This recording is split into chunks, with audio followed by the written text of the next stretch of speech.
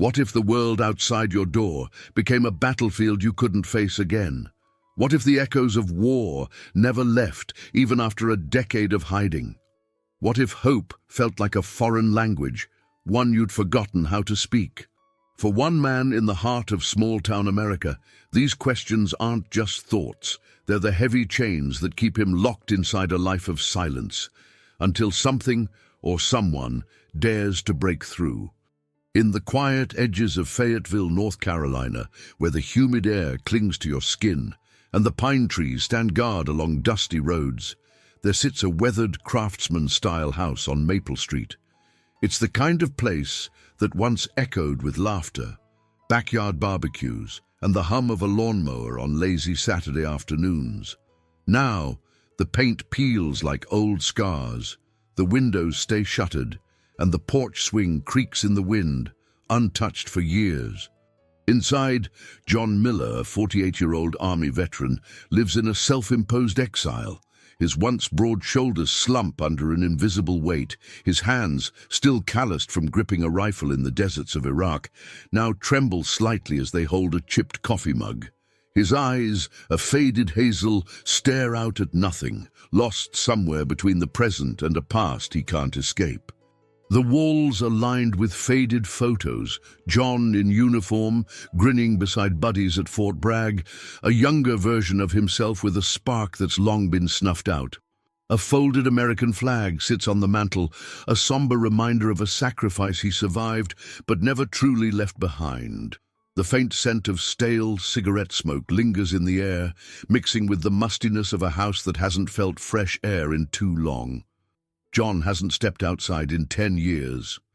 Not for the 4th of July parades that rumble through downtown with brass bands and waving flags. Not for the weekly farmers' market where neighbors trade gossip over honey jars and fresh peaches. Not even for a quick run to the corner store for a pack of smokes. The world beyond his door is a minefield of memories, every car backfiring like a gunshot, every crowd a potential ambush, every stranger's stare a judgment on the man he used to be. He's built a fortress out of solitude, a safe house where the war can't touch him again. But it does. It always does.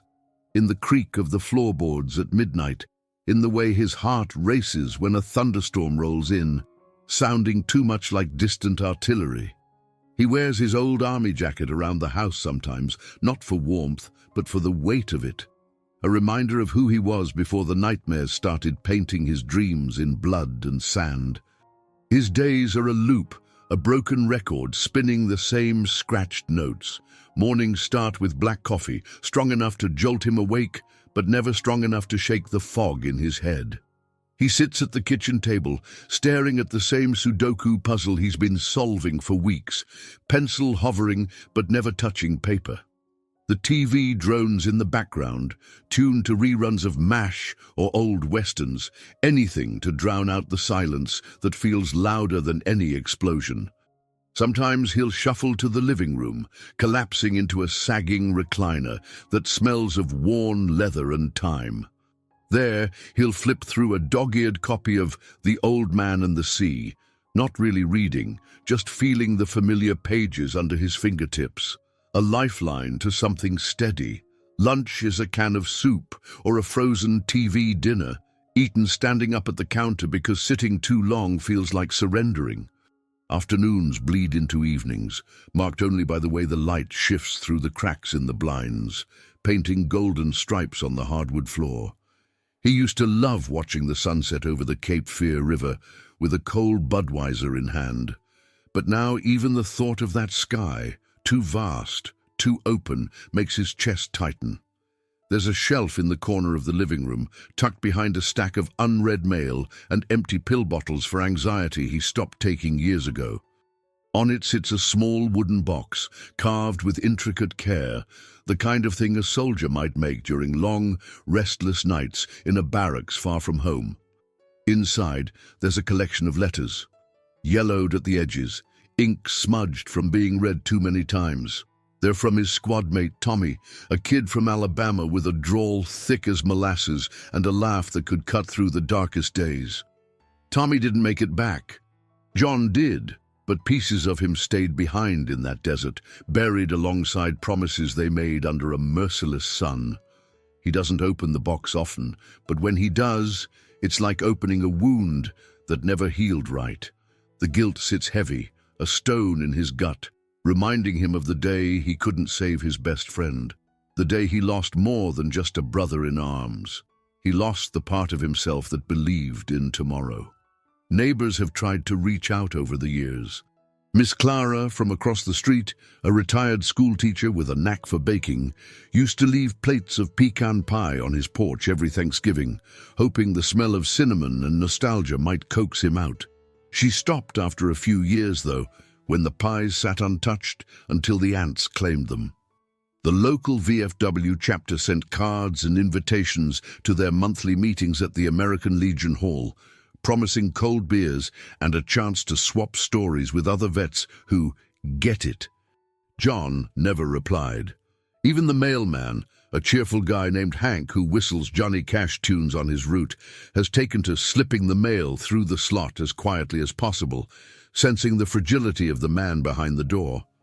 Fayetteville is a military town, after all, home to Fort Bragg, and a community that knows the cost of war doesn't end when the boots come off. They've seen men like John before, ghosts in their own lives, trapped by invisible wounds. But knowing doesn't make it easier to watch, and over time, most have learned to give him space, to let him be, even if it means watching a good man fade a little more each year. John's only visitor these days is his younger sister Emily, who drives down from Raleigh once a month with a bag of groceries and a forced smile. She's the only one he lets in, and even then, it's a battle. She knocks with a rhythm he recognizes, 3 quick taps, pause, 2 more, like a secret code from their childhood. She talks too much, filling the silence with updates about her kids, her job at the hospital, the new diner that opened on Hay Street with the best sweet tea in town. John listens, or pretends to, nodding from his recliner while his hands fiddle with an old dog tag that hangs around his neck, the edges worn smooth from years of nervous rubbing. Emily always leaves with a hug, he barely returns, and a promise to come back soon, though they both know soon is a word that's lost its meaning. As her car pulls away, crunching gravel under the tires, John feels the house grow heavier, the silence thicker, like the air before a storm. He wonders, not for the first time, if this is all there is, if the rest of his life will be spent counting the cracks in the ceiling, waiting for a night when the nightmares finally win. But some storms come without warning, and some cracks let in light instead of darkness. On a Thursday afternoon in late October, when the air outside smells of fallen leaves and chimney smoke, John's routine is shattered by a sound he hasn't heard in years, a sharp, insistent bark. It cuts through the hum of the TV like a knife, startling him so badly he spills his coffee, the dark liquid pooling on the table like spilled ink. He freezes, breath catching as the sound comes again, louder this time, closer, right outside his front door. His first instinct is to ignore it, to turn up the volume on Gunsmoke and wait for whatever it is to go away. Dogs don't belong here. Strays don't wander down Maple Street, not with Miss Clara's yappy little terrier chasing anything that moves. But the barking doesn't stop. It's not aggressive, not threatening, but there's a persistence to it, a rhythm that feels almost pleading. John's hands tighten around the arms of his recliner, knuckles whitening. He hasn't opened that door in a decade, hasn't felt the scrape of the deadbolt under his fingers since the day he decided the world was better off without him in it. Every muscle in his body screams to stay put, to let the noise fade, to keep the walls between him and whatever's out there. Then he hears it, a soft, almost human whine, a sound so full of longing it punches through the armor he's spent 10 years building.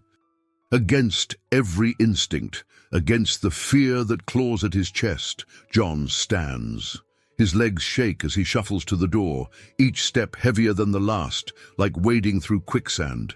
His hand hovers over the knob, slick with sweat, as his heart thunders loud enough to drown out the barking. He doesn't know why he's doing this, doesn't understand the pull, but something deep and forgotten stirs inside him, a whisper of a feeling he thought died in the desert.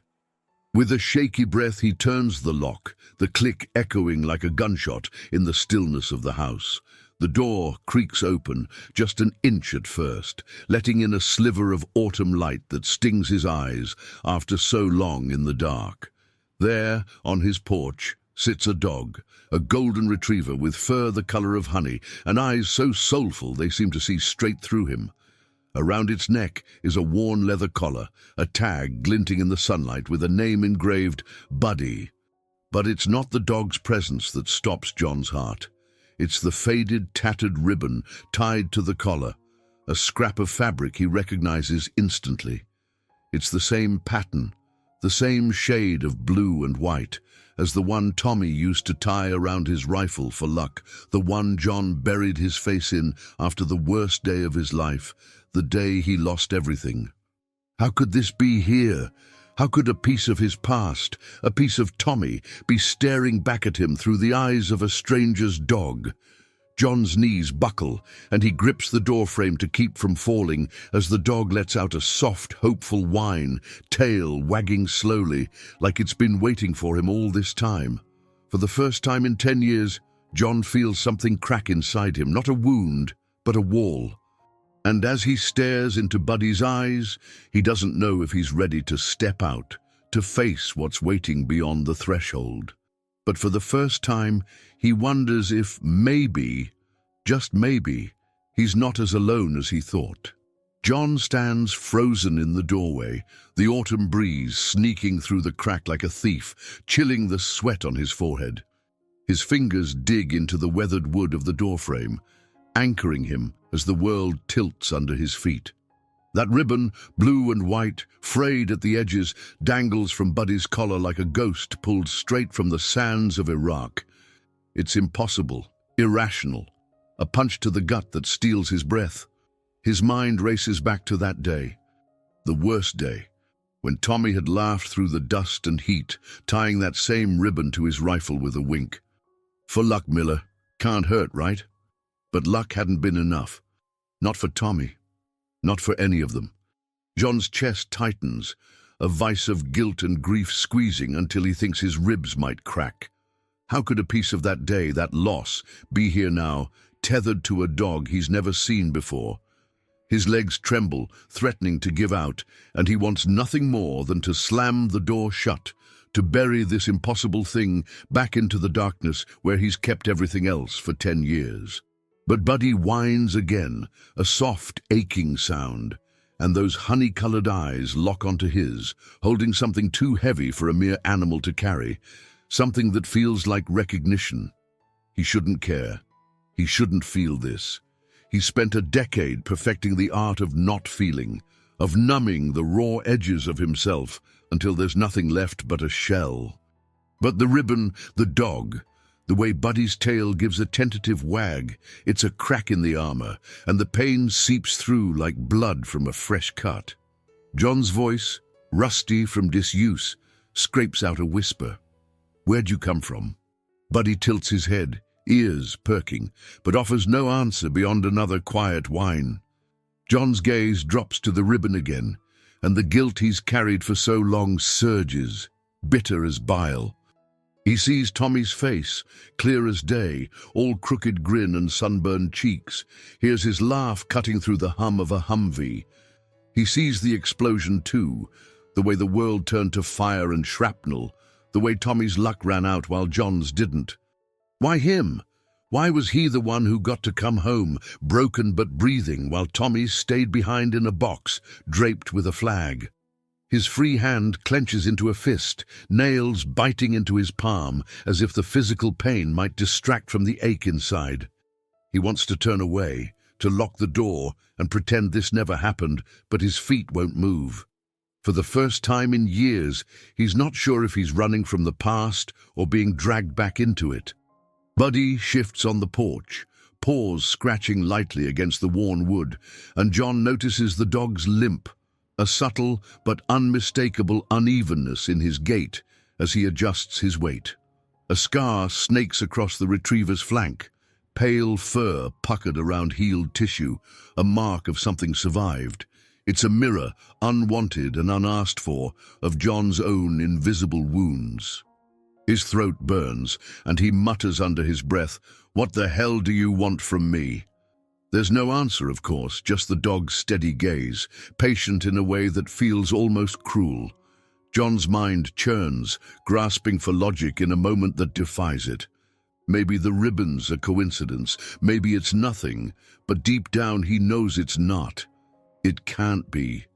And that terrifies him more than any nightmare because it means something, or someone, is reaching out from a place he's tried to forget. He glances past Buddy out into the yard, half expecting to see a figure from his past standing among the overgrown weeds and fallen leaves. But there's nothing. Just the empty street, the pine trees swaying in the wind, and the distant hum of Fayetteville life he's shut out for a decade, a life tied to Fort Bragg, to a military heartbeat that never stops, even for broken men like him. The tension coils tighter that evening when Emily shows up. Her knock, 3 quick taps, pause, 2 more, cutting through the fog in his head. John hasn't moved far from the door since opening it, though he's shut it again, leaving Buddy outside. The dog hasn't left, though. John can hear the occasional scratch of paws, the soft huff of breath against the wood, as if Buddy's made up his mind to stay. When Emily steps in, arms laden with a paper bag of groceries, her eyes narrow at the tension in John's frame. The way he stands too stiff, too close to the exit he hasn't touched in years. "You okay, Johnny?" she asks, setting the bag on the counter with a thud. Her voice is casual, but there's a sharpness to it, a nurse's instinct for spotting trouble. John doesn't answer right away, just shuffles to his recliner and sinks into it, hands gripping the armrests like lifelines. "Fine," he grunts, but the word feels like a lie even as it leaves his mouth. Emily doesn't buy it. She crosses her arms, leaning against the counter, her gaze flicking to the door. "Heard a dog outside when I pulled up. That yours?" "No!" John snaps. Too quick, too sharp. His jaw tightens and he looks away, out the window where the blinds are cracked just enough to show a sliver of darkening sky. Emily raises an eyebrow, stepping closer, her sneakers scuffing against the hardwood. "Didn't sound like Miss Clara's mutt. You sure you didn't—" She stops herself, sensing the minefield she's treading into, but the unspoken question hangs heavy. "Did you open the door? Did you let something in?" John's fingers twitch around the dog tag at his neck, the metal warm from years of nervous rubbing. "Drop it, Em," he mutters, voice low, but there's a tremble in it, a crack she hears even if he doesn't want her to. She doesn't drop it, though. She never does. "Look, I'm just saying, if there's a stray out there, maybe I can call animal control. Or, see if it's got a tag. Someone's probably looking for it." Her tone softens, coaxing, but it grates on him all the same. He doesn't want her help. He doesn't want anyone's help, but the thought of Buddy being taken away, of that ribbon disappearing into someone else's hands, stirs something protective and raw in him, something he doesn't have a name for. "Leave it alone," he says, louder this time, his hazel eyes flashing with a mix of anger and something deeper, fear maybe, or desperation. Emily holds up her hands in surrender, but her expression shifts, concern deepening the lines around her mouth. All right, just don't like seeing you like this is all. You're shaking worse than usual." She pauses, then adds quieter, "Talk to me, Johnny." "What's going on?" He doesn't answer, can't answer, because how do you explain a ghost from the desert showing up on your doorstep in the form of a dog? How do you explain that the sight of a tattered ribbon has ripped open a wound you thought was scabbed over? Instead, he looks down at his hands, at the faint scars crisscrossing his knuckles from a life lived too hard, and lets the silence answer for him. Emily sighs, a sound heavy with years of trying and failing to reach him, and turns to unpack the groceries. Cans of soup, a loaf of bread, a pack of cigarettes he didn't ask for but knows he'll use. "I'm here, she says finally, her back to him, voice muffled by the clatter of tins. "Whenever you're ready." That night, after Emily leaves, the house feels heavier than ever. John can't sleep, not that he ever does much of that anyway. The nightmares are always waiting, lurking in the quiet, but tonight they're not the only thing keeping him awake. Buddy's still outside. He can hear the soft pacing, the occasional whine, a sound that tugs at something buried under layers of pain. He sits at the kitchen table, a cold cup of coffee in front of him, staring at the door like it's a battlefield he's not sure he can cross again. His mind keeps circling back to the ribbon, to Tommy, to the question he can't shake. How did this dog find him? He thinks about the wooden box on the shelf, the letters inside, words from a man who's been gone for longer than John's been hiding. Against his better judgment, he stands, shuffling to the living room with a slowness that belies the storm in his chest. His hands shake as he lifts the box, dust clinging to his fingers, and opens it. The letters are there, yellowed and fragile, Tommy's messy scrawl staring back at him. He doesn't read them, not tonight, but he pulls out a small photo tucked between the pages. It's him and Tommy, arms slung around each other, grinning in front of a sand-colored tent under a sky too blue for war. John's thumb brushes over Tommy's face, and the ache in his chest sharpens, a blade twisting deeper. He's about to close the box when something falls out, a tiny, crumpled note he doesn't remember seeing before. His breath catches as he unfolds it, the paper brittle under his touch. It's Tommy's handwriting, hurried, smudged with what might be dirt or blood. "If you're reading this, Miller, I didn't make it. Take care of my luck, yeah? Give it to someone who needs it more. Don't stop living just 'cause I did." John's vision blurs, hot tears stinging his eyes for the first time in years. The words hit like a grenade, blasting through the walls he's built, and he can almost hear Tommy's Alabama drawl, teasing and earnest all at once. Take care of my luck, the ribbon. It has to be. But how? How did it end up here now, tied to a dog who looks at John like he's been searching for him across time itself? He crumples the note in his fist, anger and grief boiling over, and hurls the box across the room. It hits the wall with a dull thunk, letters spilling out like secrets he can't contain anymore. "Damn it, Tommy!" he chokes out, voice breaking in the empty house. "Why'd you have to leave me with this?" The next morning, the weight of the note and the night's revelations cling to him like humidity after a summer rain in Fayetteville. He's barely slept, his eyes bloodshot and heavy, when there's a new sound outside. Not Buddy's familiar whine, but a man's voice, gruff and impatient. "Hey, anyone in there? I'm looking for a dog. Golden retriever, got a limp, seen him." John freezes coffee mug halfway to his mouth as the voice calls again, closer this time.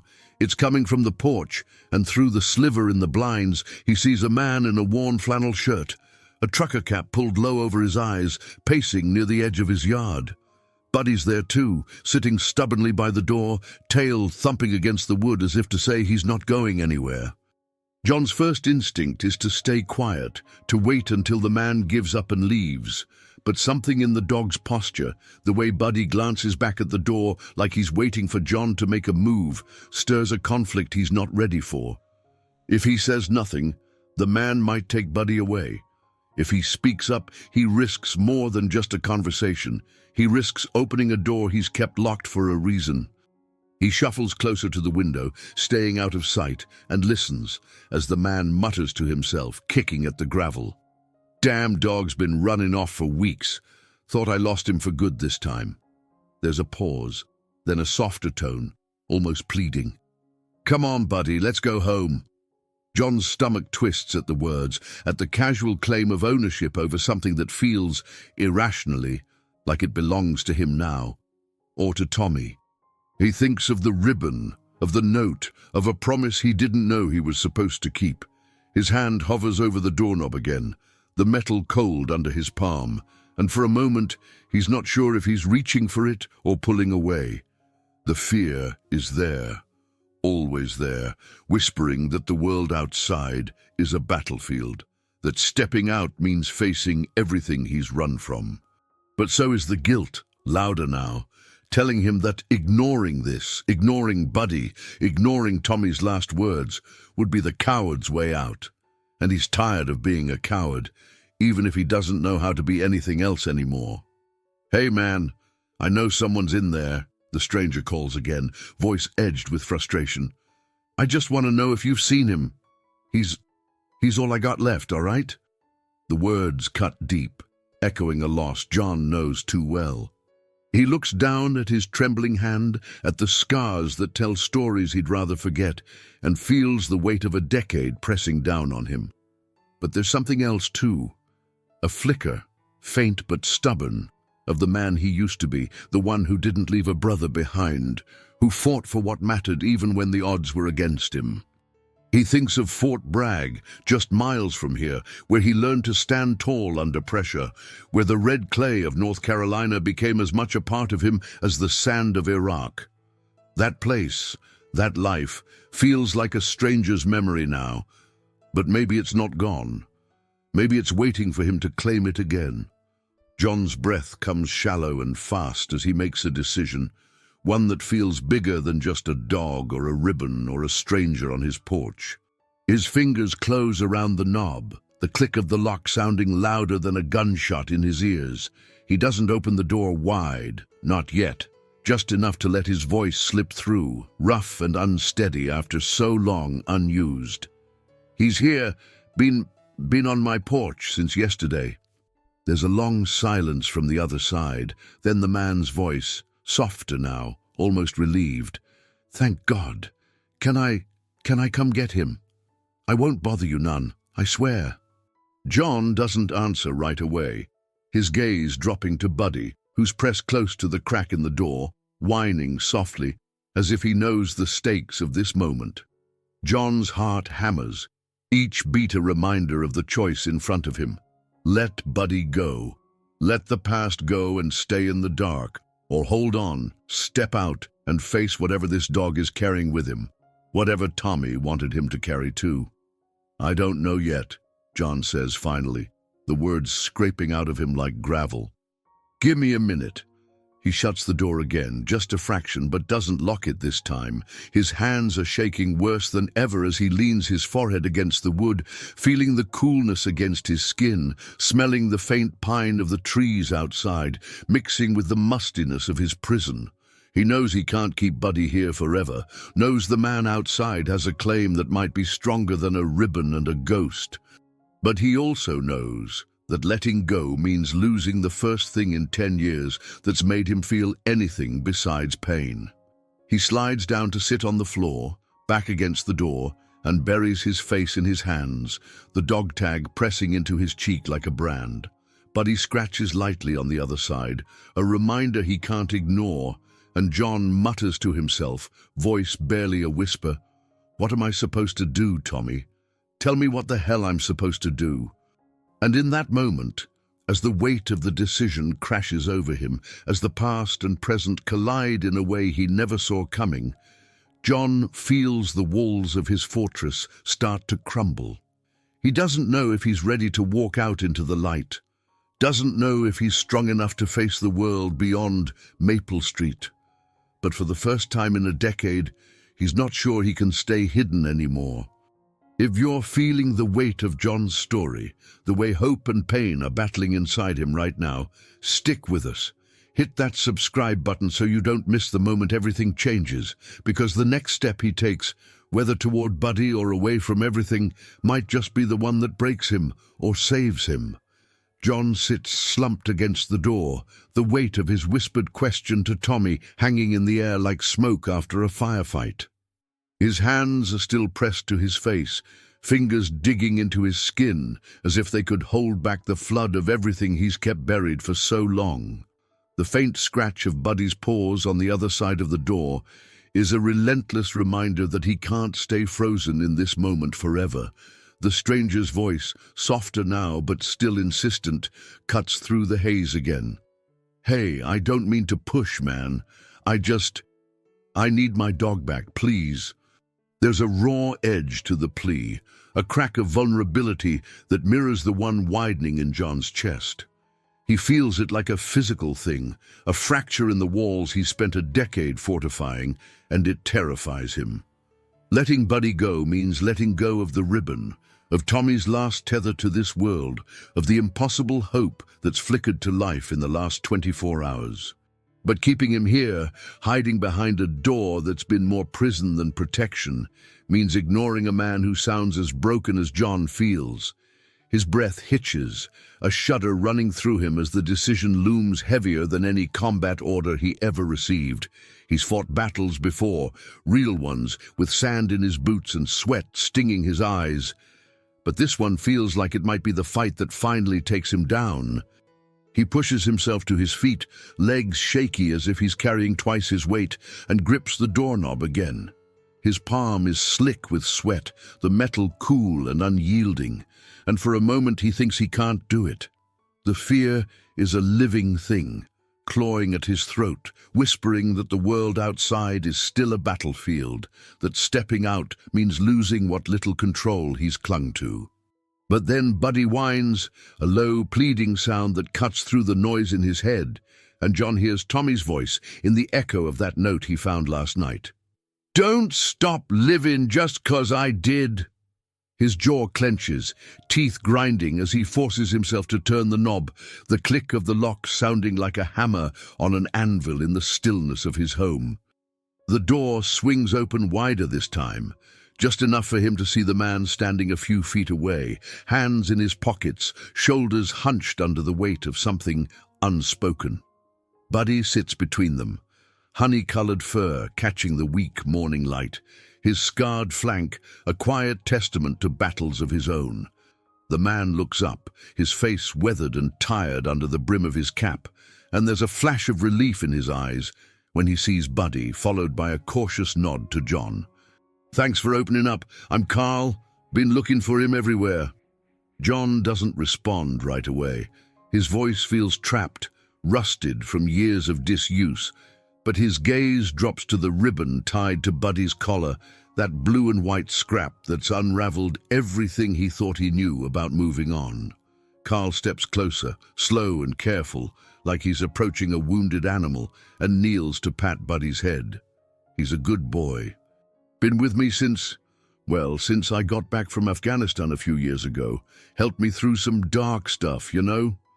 The words hit John harder than he expects, a shared language of loss and survival that he hasn't heard spoken aloud in too long. His throat burns as he forces out a question, barely audible, hoarse from the weight of speaking at all. "Where'd you get that ribbon?" Carl glances at the faded fabric, his brow furrowing as he straightens up. "This? Found it tied to his collar when I adopted him from a shelter near Fort Bragg. Figured it was just something the previous owner left." "Why?" John's heart stumbles, a cold sweat breaking out across his neck. Fort Bragg. Of course.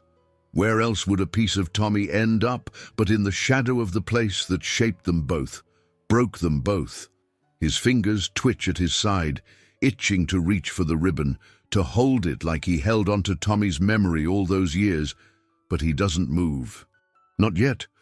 Carl's eyes narrow slightly, studying John's face, and there's a flicker of understanding there, a recognition of the haunted look that marks so many who've seen the worst of war. "You a vet too, huh?" he asks, quieter now, less a question than a statement.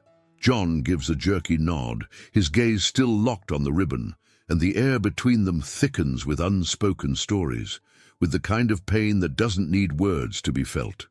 The tension coils tighter, a wire pulled to its breaking point as John grapples with the question he's been avoiding since Buddy showed up.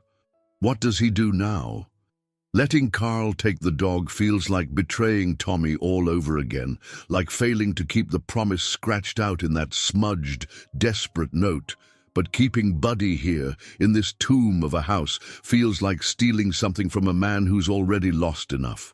His chest heaves, each breath a struggle, as the weight of 10 years presses down harder than ever.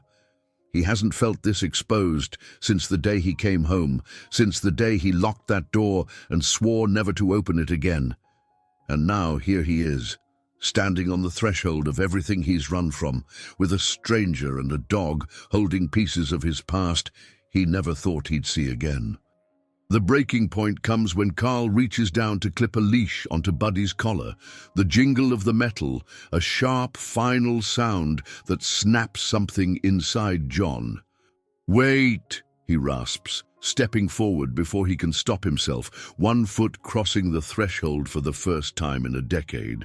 The autumn air hits him like a slap, crisp and smelling of pine and damp earth, and his knees nearly buckle under the vastness of the sky above, too open, too unprotected. But he doesn't retreat, not this time. Carl pauses, looking up with a mix of surprise and concern, while Buddy turns to John, ears perked, tail giving a slow, hopeful wag. John's voice cracks as he speaks, each word a battle of its own.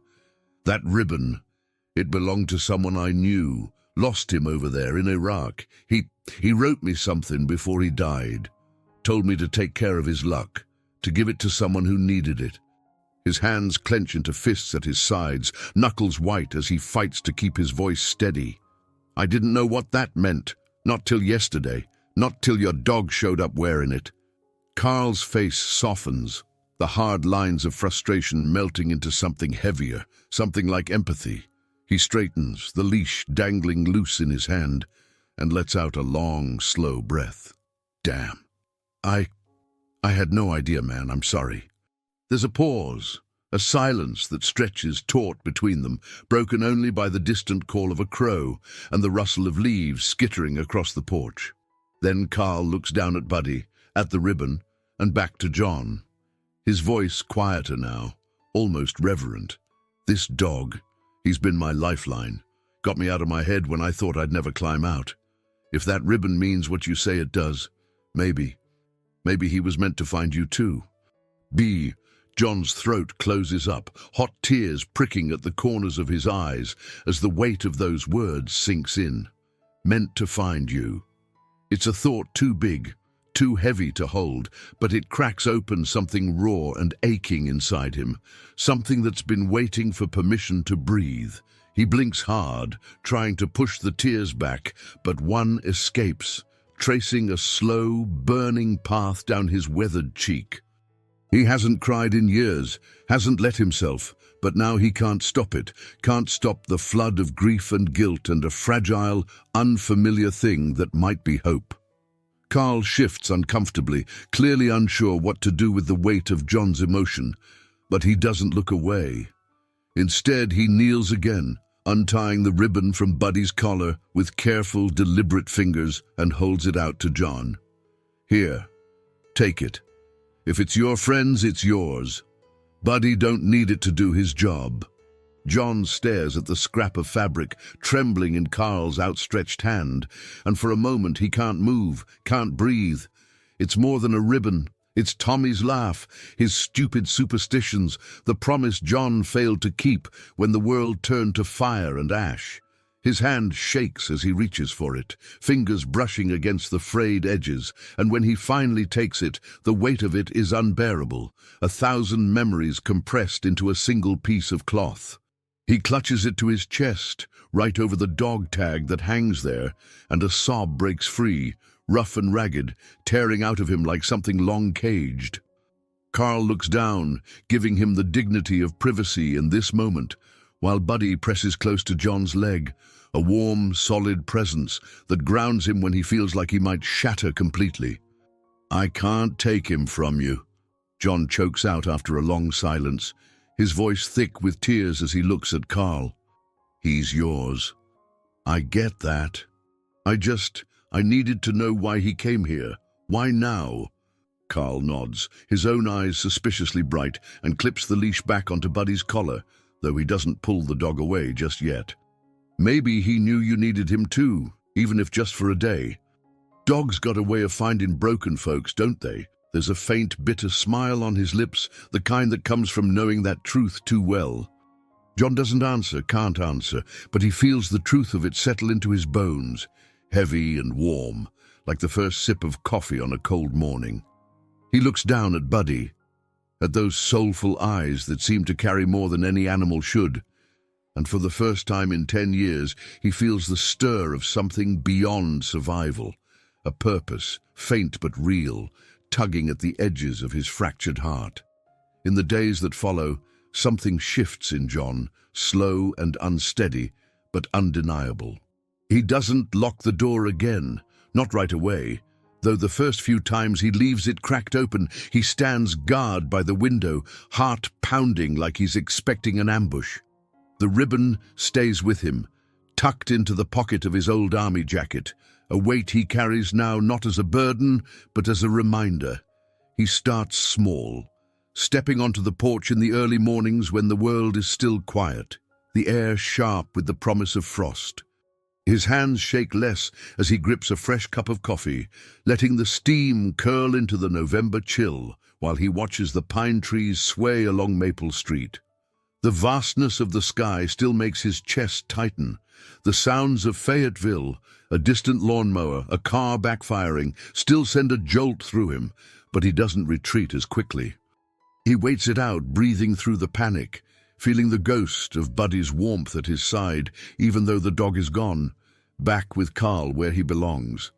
Emily notices the change on her next visit, her forced smile turning real and wide, when she sees the door ajar, sees John sitting on the porch swing for the first time in a decade. "Johnny," she breathes, tears in her eyes as she pulls him into a hug he actually returns, clumsy but real. "You're coming back to us." He doesn't say anything, just holds her a little tighter, the ribbon in his pocket pressing against his chest like a heartbeat. But the transformation isn't just in the small steps outside. It's in the way he starts cleaning up the house, slow and methodical, sweeping away the dust of 10 years as if he's reclaiming ground inch by inch. He moves the wooden box with Tommy's letters to a more prominent spot on the mantel next to the folded flag, and sometimes he opens it just to run his fingers over the paper, to let the ache come without fighting it. He even pulls out that Sudoku puzzle again, the one he's stared at for weeks, and finishes it in one sitting, the scratch of the pencil, a quiet victory. The TV stays off more often, the silence no longer feeling like an enemy, but like a space to think, to remember without drowning. And in a moment of raw, deliberate choice, he makes a sacrifice that feels like shedding a skin he's outgrown. Late one evening, under a sky streaked with the last hues of sunset, he takes off the dog tag that's hung around his neck for years, the metal worn smooth from endless rubbing. He holds it for a long time, feeling the weight of every mission, every loss, every sleepless night it carries, and then he places it inside the box with Tommy's letters. It's not a goodbye to the past, not exactly, but a laying down of arms, a quiet surrender to the idea that he doesn't have to carry every wound alone anymore. Weeks later, on a crisp Saturday morning, John drives for the first time in years, the old pickup truck coughing to life after sitting dormant in the driveway. The ride is slow, his hands white-knuckled on the steering wheel, but he makes it to the local VFW hall, the one he's ignored for so long. He doesn't go in. Not yet. Just sits in the parking lot with the engine idling, watching men and women, some with canes, some with service dogs, all with stories etched into their faces, file in for their monthly meeting. In his pocket, the ribbon rests, a talisman of luck he's learning to share, and he thinks of Carl, of Buddy, of the way a single day cracked open a life he thought was sealed shut. He pulls out a small photo from his wallet, the one of him and Tommy grinning under a desert sky, and tucks the ribbon around its edges before sliding it back into place. It's a promise kept, or as close as he can get, a passing of luck to the memory of a man who deserved to come home, but didn't. John's eyes sting as he stares out at the American Legion flag fluttering in the breeze, but the tears don't fall this time. They sit heavy, ready but not urgent, a sign of something healing even if the scars remain. As winter creeps into Fayetteville, turning the air sharp and the pine trees brittle, John finds himself returning to that same spot outside the VFW hall each week. Sometimes he just watches, sometimes he waves to a familiar face from across the lot, and sometimes he thinks about stepping inside, about trading stories over a cold beer with others who get it. But for now, the act of showing up, of being there under the wide North Carolina sky, is enough. It's a re-beginning, small and fragile, rooted in the red clay of a military town that's seen its share of ghosts come and go. And in those quiet moments, as the light fades and the world grows still, John feels the weight of time differently, not as a chain, but as a river, carrying him forward even when he thought he'd forgotten how to swim. War takes always, leaving empty spaces where laughter and light once lived, but sometimes, in the silence after the storm, it gives too, a chance to rebuild, to remember, to reach for a horizon thought lost. Healing isn't a destination, not for men like John, but a slow, stubborn walk, one step at a time, guided by the ghosts we carry and the hope we dare to hold again. If John's story has stirred something in you, if it's reminded you of the quiet battles fought long after the gunfire stops, drop a comment below with, "I believe in healing." Share this with someone who needs to know they're not alone in their fight, and hit that subscribe button to join us for more stories of brokenness and redemption. Because sometimes, the smallest step outside a locked door can be the start of coming home.